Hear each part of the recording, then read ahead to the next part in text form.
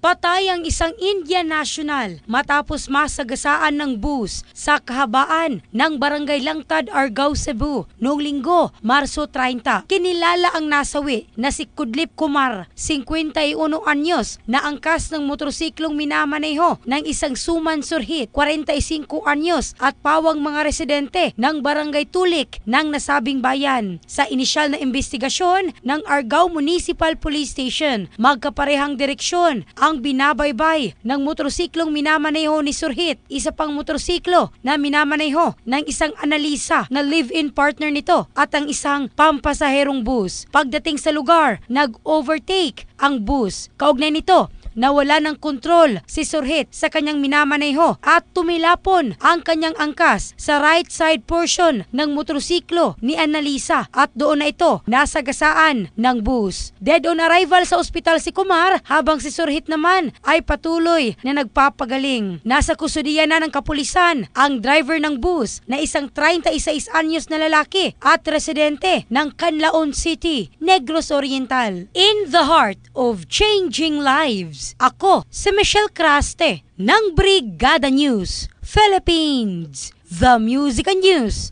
Authority.